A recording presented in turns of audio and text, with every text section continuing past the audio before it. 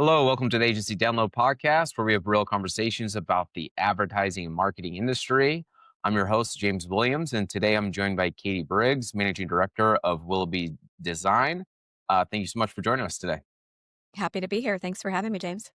Awesome. We're just a couple days out from Christmas, so I'd love to just discuss with you. It's always an interesting time for marketing, branding, and everything. It's you kind of have a mix of, especially in the retail e-com space, a lot of people getting ready or trying to gear it up towards the holidays and Christmas and all of the consumer spending, and then you generally have end of year planning. But how do you usually approach this kind of Q4 busy season with your clients? Is this a big opportunity for you, or do you look at this as a time to kind of take a step back and plan for next year? What's your kind of approach?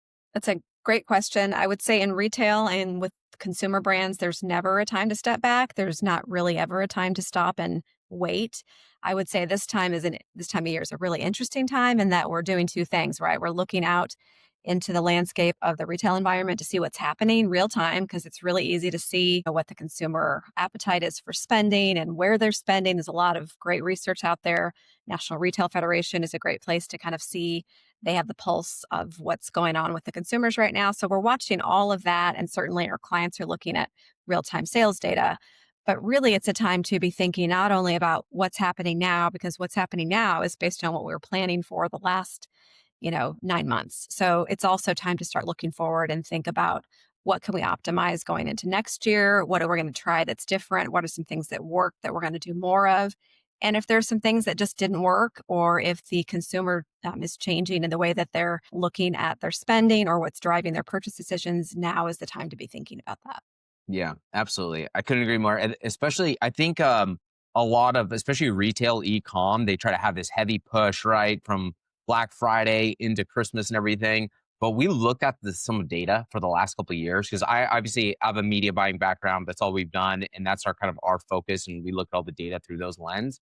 Right. And what's really interesting is the week or like 10 days before Christmas, you start seeing the CPMs and the cost of media come down, and then after Christmas, it really drops off. And there's a huge opportunity, I think, post Christmas to reach and target, engage with consumers. And it's almost, I think you get the people who are like, I wish I would have gotten this maybe for Christmas Right. or during their holidays and didn't get something. And now it's a great opportunity to reach and engage with those consumers Yeah. and pull them into your brand. And I think that kind of early January, I've seen huge success with a lot of e-com brands is Yeah. being really aggressive in that first month right afterwards, right after the kind of holiday emotions and everything's happen. There's still a great opportunity to drive some consumer demand.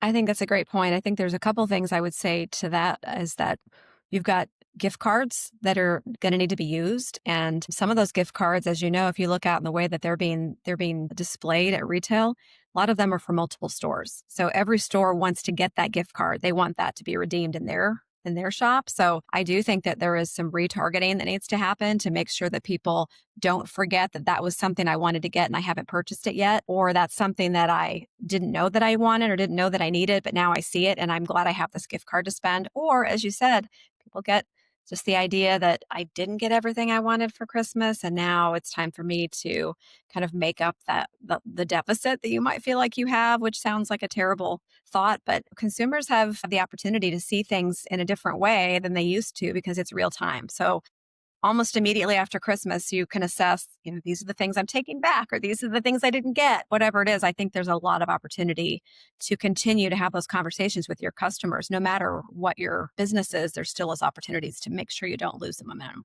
Yeah, absolutely. I think that comes just down to like really good planning, vision, strategy of knowing like when should we push and when should we pull back. Probably generally now, most brands feel like they can never pull back. They always have to be on. We live in a 24/7 media environment. What's been some of the kind of the guiding principles that guide you through? Like, I think you have a very amazing brand and Brian and mentality towards branding and storytelling and all of that. And it's heavy of what you guys do at your guys' agency.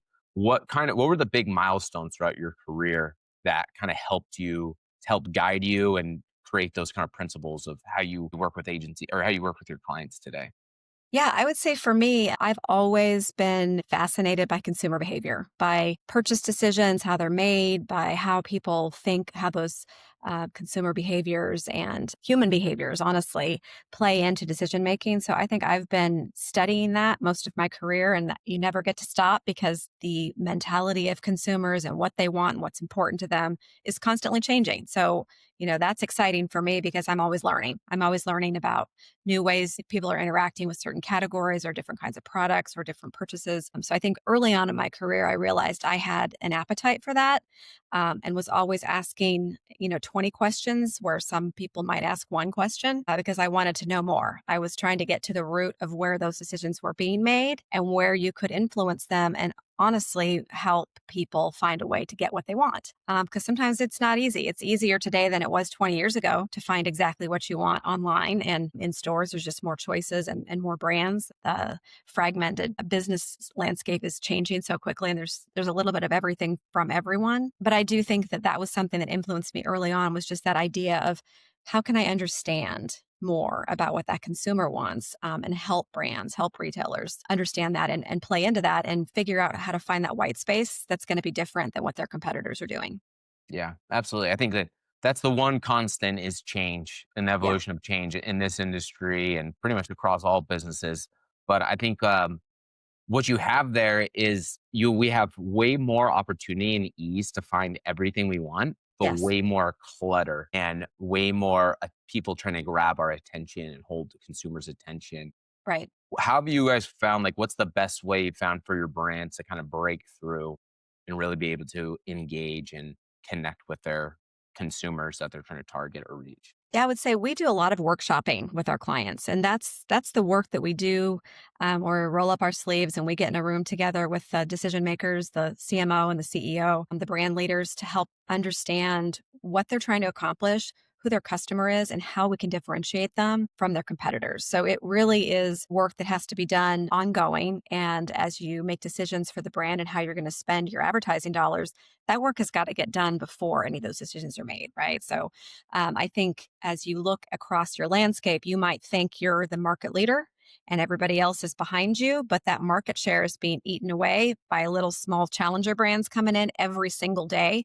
And they're getting better and faster and smarter every day because they do something different. They see and they study what you're doing as a market leader, and they're going to come in and do it better. They're going to do one thing better than you. And then all of a sudden you become either irrelevant or second choice to someone who's new to the market and doing something in a different way than you ever considered. So I think the lesson there is that, again, for a brand or for a retailer, you don't get to stop and hold that market position without fighting for it.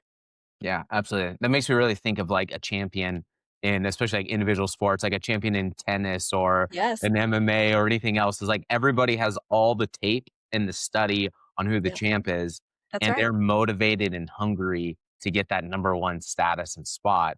Yes. And it's hard sometimes when you're at the top to, continue to stay on that edge, keep that edge of Yeah. differentiating and pushing the limits. But I think that really Really comes hard. down to is really good strategy and planning. I think that's the one thing like everybody keeps talking about AI and the AI revolution, everything.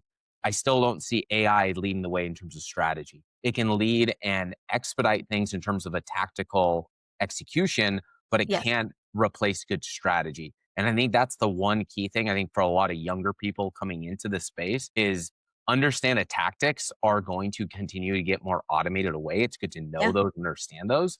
But the real value is being a strategic thinker in terms of how does the brand positioning relate to the consumer and like what are all the principles and the foundation that makes a good marketing strategy and not Right. just focusing on the tactical execution.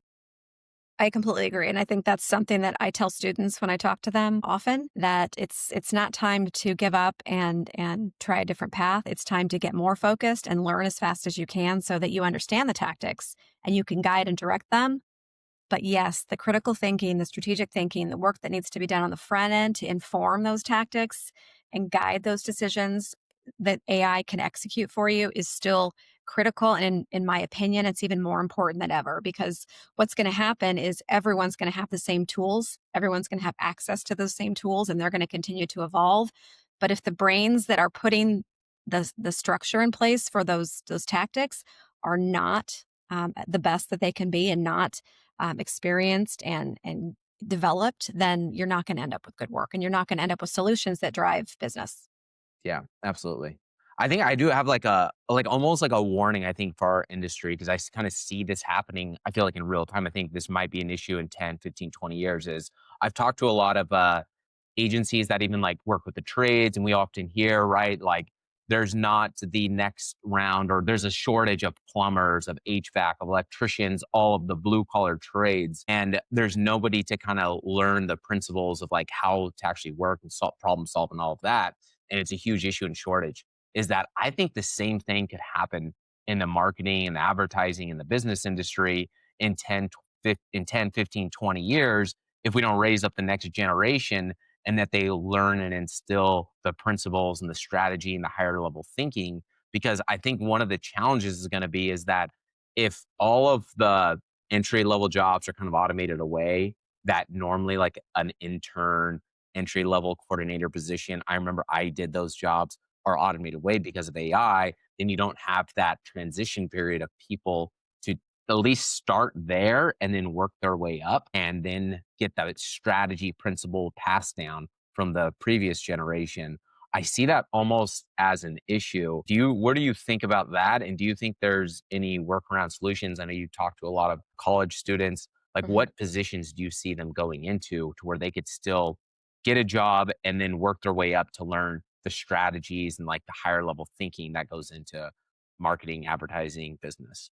Right. I think that what you're describing is already happening. And I think that the places where it's going to have to start, the solution has to start, is in the universities, in the classrooms, and also with the internships. So, internships, whether that's graduate level, post grad, or undergraduate, they all need to be given those opportunities because if you don't start to get people in and train them on exactly what you're describing, they're not going to be ready. They're not going to be ready for the workforce and they're not going to be ready to do the jobs that are evolving right now that require understanding of principles and concepts and critical thinking. Those things are generally come by through experience. But at the end of the day, if that experience doesn't present itself, then we've got to have different ways to teach those ideas. And that's going to be through how the professors are handling these classes, the types of classes that are being offered. I don't think there's enough classes where you are learning those principles and concepts and applying them because right now they're trying to get them ready for entry level jobs. And as you just described, those entry level jobs are changing. There's still going to be a baseline job that you would do out of school. It's going to look different than it does today.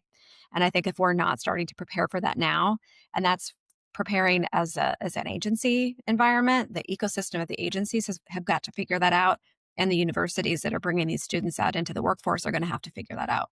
Yeah, absolutely. Because I think that's just a trend you always hear from college students. I remember when I was in college, it's just felt like the classes and the courses were not applicable to the Yeah, real they're jobs and behind. opportunities. They're just like too far behind as They are. they need to catch up.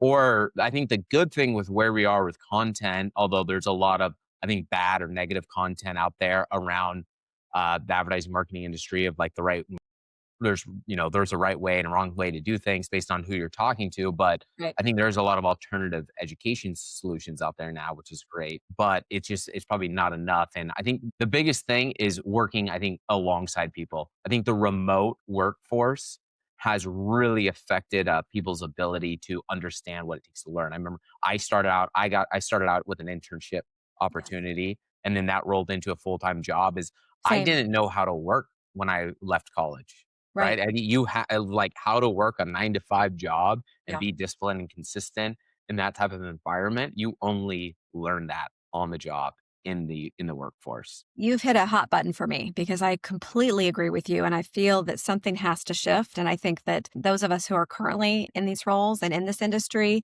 have got to figure out a way to unite and come together and be prepared to help those kids who are coming up into this career because whether they go in through a traditional path through college or they're coming up through some other means, there's got to be some professional development. And I think that's going to have to come from people like us who have had the benefit of some of those other types of experiences and training and professional development that they don't have right now. So I think there have to be some maybe unorthodox thinking and some different ways to approach that where I just don't think it's there right now. There's not an infrastructure to support it, but there needs to be Yeah. one. Yeah, absolutely.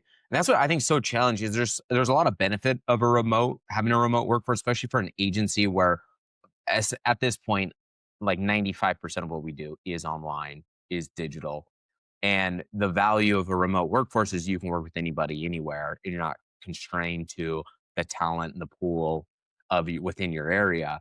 But you lose so much of that interpersonal connections, the Yeah. work development, the work Training. relationships, all of that. And I Yeah. think the ones that suffer the most from that are the younger generation that's entering the workforce that doesn't is missing out on those experiences and Yeah. opportunities. I think that's And a it, big reason yeah, why most of the agencies, if you look at the bigger agencies, the holding companies, they've all gone back to yeah, either significant hybrid or full time in office. Because of that, I think two things were happening. You were seeing people not being productive, was one of the things. But I think the bigger problem is exactly what you just described, which is entry level or mid level employees just not getting the benefit of that learning that's taking place, that organic conversation. It's not being transferred. The skills are not being transferred in the way that they need to be unless they can be together. So while there's a lot of resistance from the workforce, and I understand why people like remote, but at the end of the day, I think for those first jobs in particular, they've got to figure out a way to be in office and be together and gain from people who've been doing this a long time. yeah. The benefits I think way outweigh the loss. Even though it sounds cool and nice It does. from an entry level position, you just miss out on so much more. I think. Just to switch gears a little bit, I would love to hear more. I know you're manager director of the agency right now. I think a big balance. I think always in that position, from my experience, is the balance of supply and demand. Of that, you have to raise up enough demand in terms of clients and the supply of your talent, your people, your staff. What have you found as good strategies and solutions for managing both of those sides of the amount of work coming in and the amount of team support that you need to meet the demand of work? Yeah, for us, and I would say this is probably true from an agency of any size. I think it's interesting for us because we're pretty nimble and we are a seasoned team. So we do a lot of outsourcing in the way that we have a bench strength outside of our agency to bring freelance work and freelance talent in specific areas when we need it. So that's how we flex our workforce to do that. We don't find ourselves having to go find someone who we don't know. We want to work with somebody. We've got people, depending on the discipline and the capability, we've got a roster of people that we bring in when we need to grow significantly beyond our full-time staff. And so that's the way that we manage capacity in that from that perspective. But the first thing you said is interesting because the idea of business development is something that is always happening. And in my role, I have to split my time between business development, meeting new people, doing networking, attending conferences, speaking on panels, trying to increase our ability to meet new people and potential clients who might be looking for us, but also making sure that our current clients are being well served. So I kind of straddle the line between those two roles right now and leading strategy, obviously, in both arenas, right? Strategically trying to find clients who might need what we offer and making sure that the clients that we have brought in and are currently working with get everything they need from a strategic perspective to make sure that the work is as good as it can be, the best it can be. Yeah, absolutely. Especially for an agencies where the demand is very difficult, right? It's not infinitely scalable, but Right. like the demand of one add-on client is so valuable to have Yeah, that of losing them is a bigger is a huge loss. Is that absolutely. retention is probably one of the most valuable metrics I think for agencies, especially independent agencies to focus on is retention, is maintaining your current client roster and not have kind of a in one door out the other Yeah. type of mentalities. And that comes down to service. Is service, I think, trust and relationships is that you have to build all three of those. You have to deliver great work. You have to build trust that you what you said you're going to do, you actually came through and did it. And then I think another one that I always talk about is you really have to like the people you work with. You Is that do. you have to build a relationship with your clients that because you're going to be talking to them week in, week out about what's Right. going on can't just be about the work. You have to develop, I think, relationships beyond that is what I've found is the best way to maintain a client roster. I think that's right. And for us, because we are a branding agency, not a full service agency, which is a little bit different. So most of our work comes in and lasts, 12 to 18 months. That's a typical project for us. Those relationships often go on beyond that because they'll have new projects. By the time we get done with one, they're ready for something new. But what we also find is we've got clients who leave their jobs and hire us again and again and again, or their teams do the same thing. People are moving within our ecosystem all the time, as you know, for clients and agencies, and you never know when you're going to encounter someone in another way at another place. And it's all about relationships. So we definitely spend a lot of time making sure that everyone feels well served by our processes and that the deliverables are coming in where we expect and that we exceed expectations. One of the things we say about our business is, your brand can be ho hum, but we'd sure like for it to be hell yeah. And that's what we strive for. So I think, finding those clients who that matters to is what we strive to do. Yeah, absolutely. Speaking of kind of branding and positioning and all of that, we live obviously in a very fragmented media world environment. You talked a little bit about before compared to previous, there was single individual channels. There is a lot more straightforward in terms of how we connected with consumers. We now live in this hyper content, attention grabbing, multi channel media fragmentation world and space. What is your kind of, or how do you guys help strategically think through kind of the branding, the positioning? What are you seeing as the big opportunities right now for brands that they should focus on in order to kind of build a better, stronger brand in their consumer?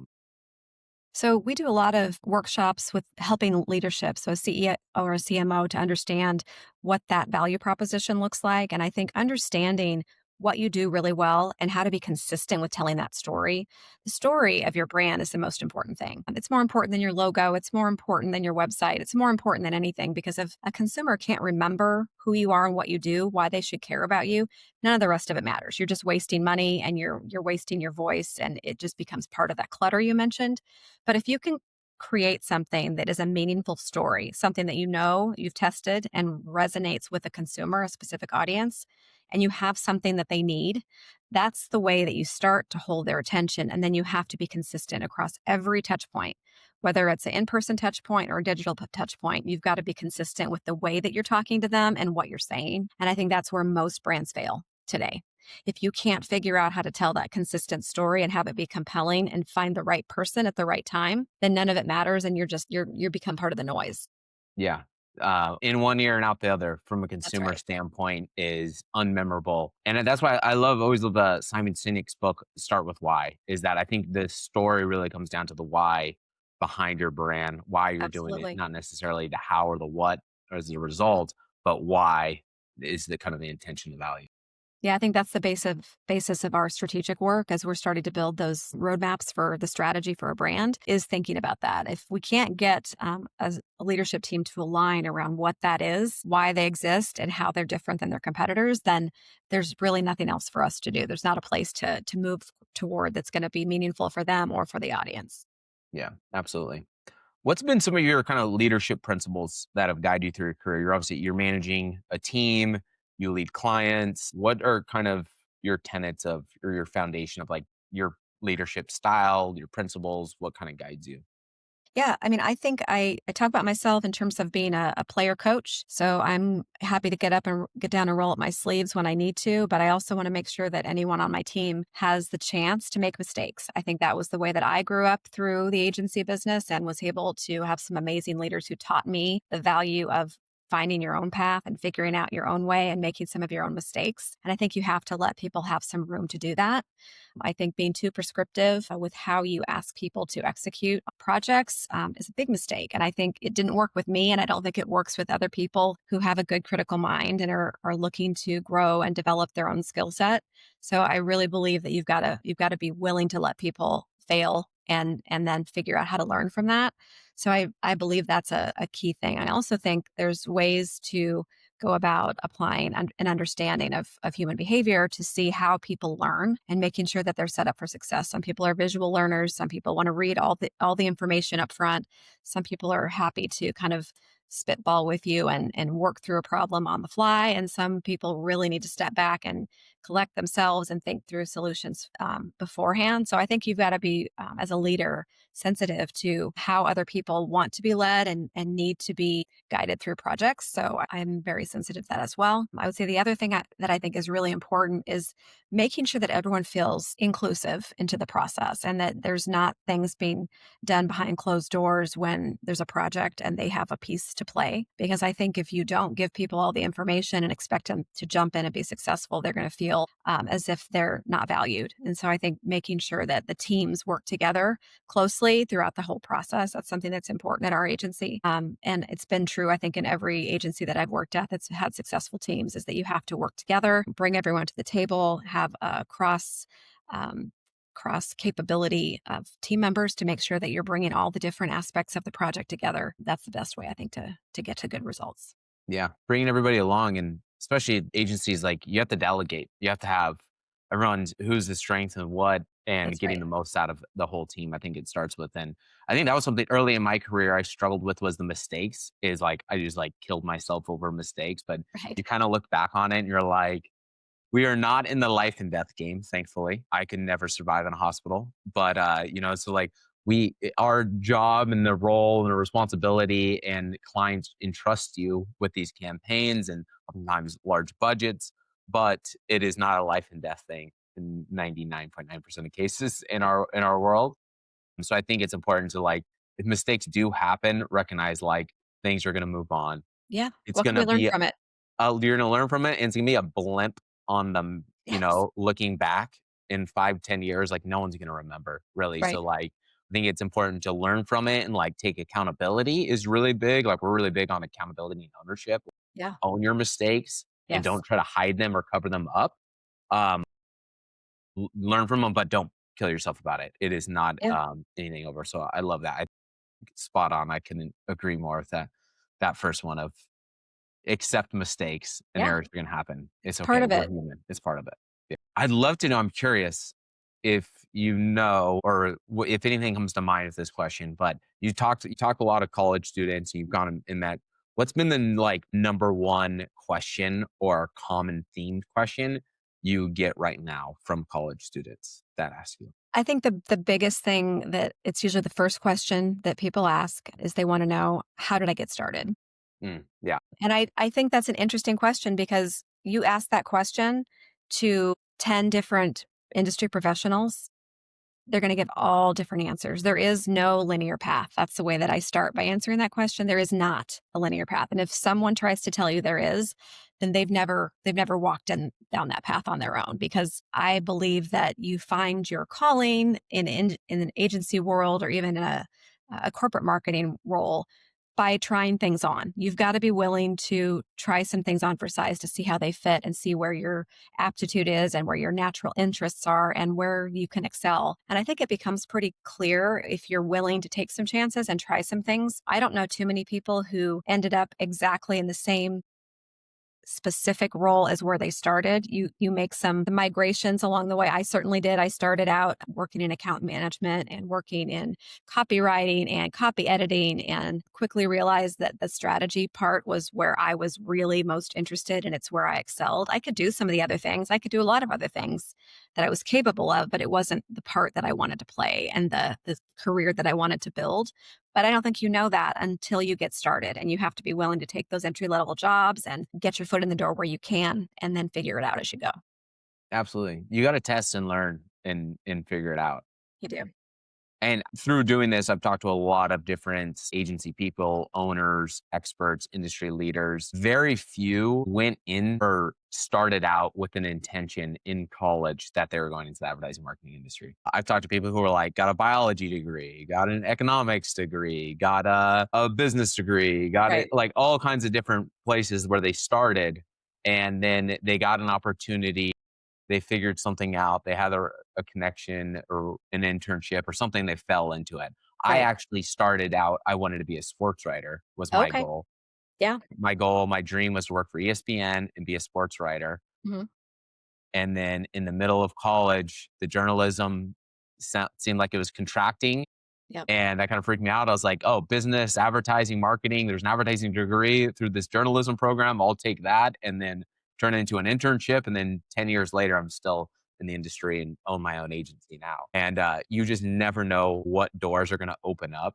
It's true. But you have to knock at the door, you gotta push through, you gotta try something in order to figure out what you're really good at and what your unique skill set is. I think that's true. My path is similar to yours, except that I was very intentional. I did come out of high school knowing that I wanted to work in advertising. So I went in through the journalism college and got the advertising degree, but I did get the business minor in marketing. And I've also got a minor in sociology. So that was kind of my early inclination of I like to know how people think and make decisions. And I do think that I was lucky to have some really great professors along the way that not only fueled my passion for the industry, but also opened my eyes to new opportunities and new ways to think. And I was lucky enough to go after some internships early on that resulted in my first jobs out of college, too. So I think part of it is tenacity and being willing to go after things and work hard for it.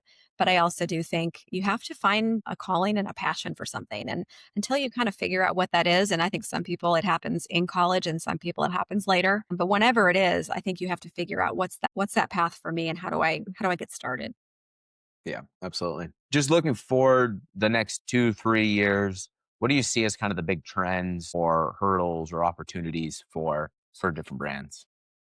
For brands, I would say the opportunity is kind of going back to our earlier conversation, really understanding the landscape of the competition and what the consumer wants and where that intersection is. So if you have a brand and the landscape is changing, it's going to continue to evolve as new competitors come into it. How do you carve out your space and how do you do something that no one else is doing that's ownable? And you think about some of the brands that we all admire and you figure out how they do it. And they do it by consistency and they deliver on the brand promise that they say that they're going to and they don't deviate from it. So you think about brands like Patagonia or Starbucks or Apple, Nike, the ones that we all know have always done a great job of doing what they say they're going to do and being who they say they are.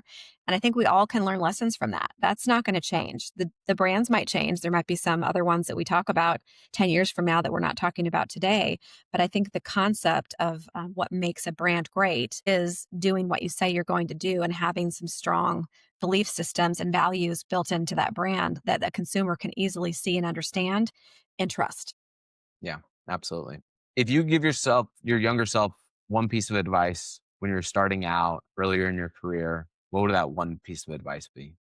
Oh, that's hard. I would just say probably don't give up. I mean, keep pushing. I think it's really easy to find yourself in a role that feels comfortable and stay there. I've never been that person. My resume is proof of that. So I think you have to be willing to try new things. And they're not always going to be great. But as I look back on my career, that's another question people ask me is, do you have any regrets? No, not one. Some of my roles have not been great successes from a longevity perspective, but I learned things from all of them. Every one of them has made me who I am today. So I think you have to be willing to be a little bit fearless and try things when they feel scary. And if you feel too comfortable, you're doing it wrong. Yeah, absolutely. Especially the just never giving up just gives you we have unlimited swings at the bat, That's basically. right. You're at the plate and you have unlimited swings. You never can strike out if you never give up. You just have to kind That's of right. keep pushing through and figuring things out as you go. And I think you do that really by getting connected and learning from other people. Yes. And then things really open up from there. Yeah. So what keeps you kind of motivated or excited about kind of the current marketing advertising industry, agency? What are you excited about today and kind of looking into next year? It's interesting. I think a couple things that I'll give you some examples from the news that we're all internalizing lately. A couple stories. One is all of the brand stories about rebrands. Everybody has an opinion about the latest rebrand. And while it becomes overwhelming and irritating to many of us who work in the industry, it's fascinating that so many people care about it. So as long as people want to talk about it, I think we all have nothing to worry about because as long as there's a conversation that's happening one side or the other about whatever the latest rebrand is, I think that means there's still energy and there's still excitement about what we do. So that's fascinating to me and exciting to me. The other thing that I think is happening right now, and the sad part of it is the layoffs that are coming in our industry with the big agency mergers and all the acquisitions that are happening.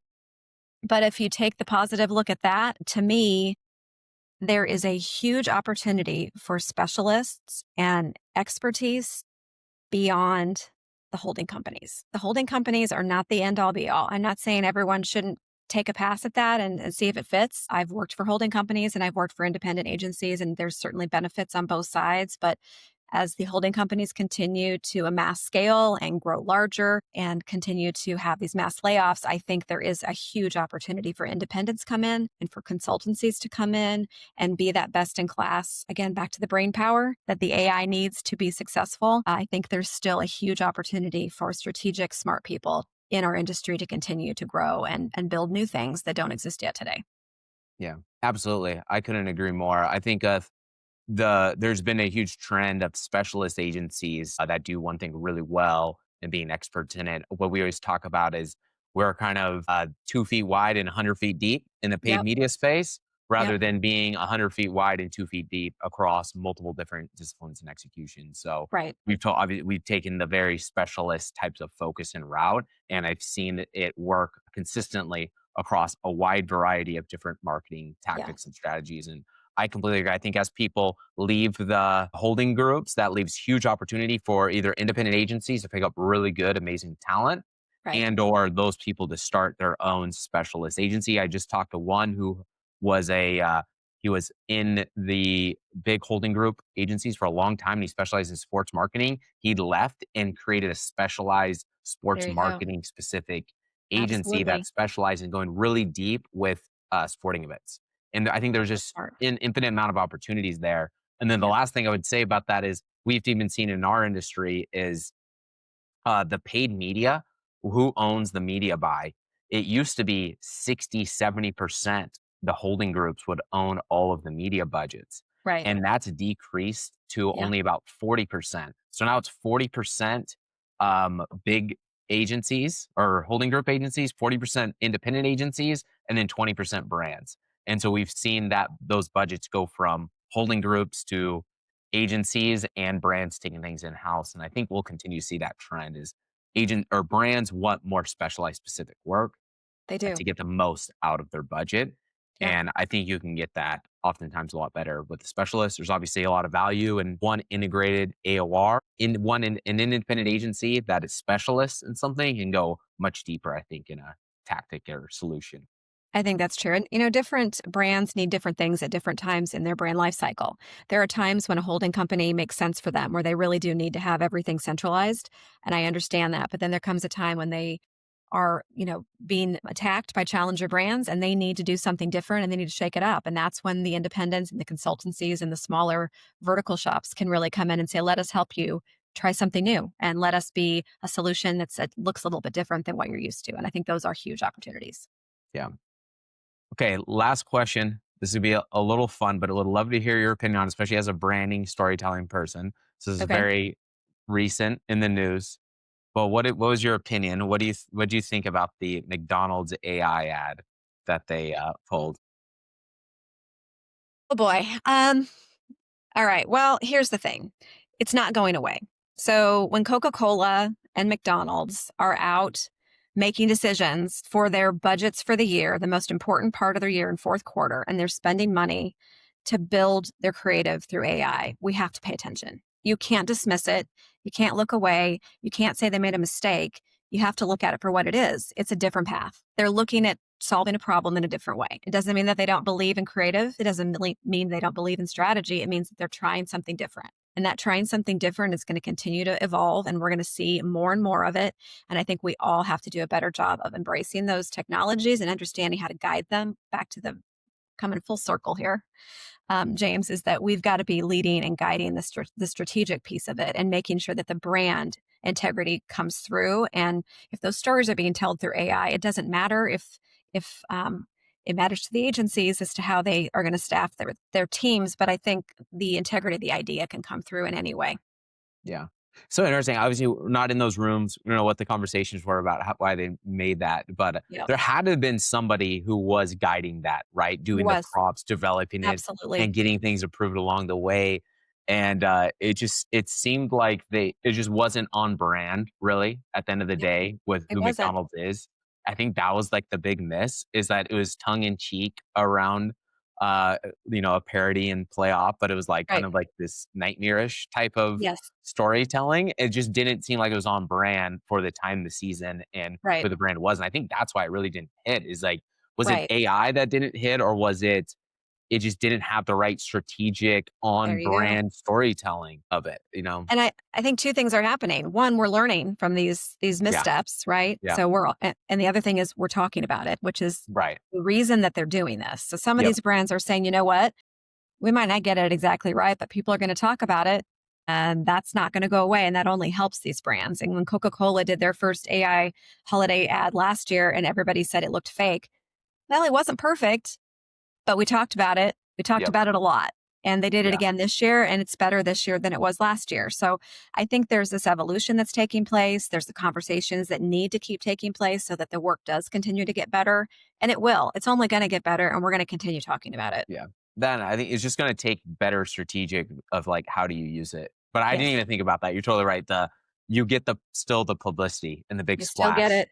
And Great that's really their conversation. goal, is they just want you talking about their brand. Yeah. The That's social what it is. listening that's happening around those brand Yeah. launches when those campaigns launch, it's through the roof. Yep. Yep. Yeah. Absolutely. Awesome. Well, thank you so much for the conversation. This has been a great time. Would love for you to just share how people could connect with you or reach out, work with you, anything you'd like to share. Absolutely. So the best way to find me is on LinkedIn. Love to connect if someone wants to learn more about my career path. I'm always open to conversations. And if you're looking for a branding agency, we'd love to talk to you about that. We do specialize in consumer brands and retail brands. And the best way to find anything about Willoughby is at the Willoughby Design website, which is willoughbydesign.com. Reach out that way. You can find me there. And I'd love to continue the conversation with anyone who's interested. Awesome. Thank you so much for your time. Yeah, absolutely. I appreciate it. Bye.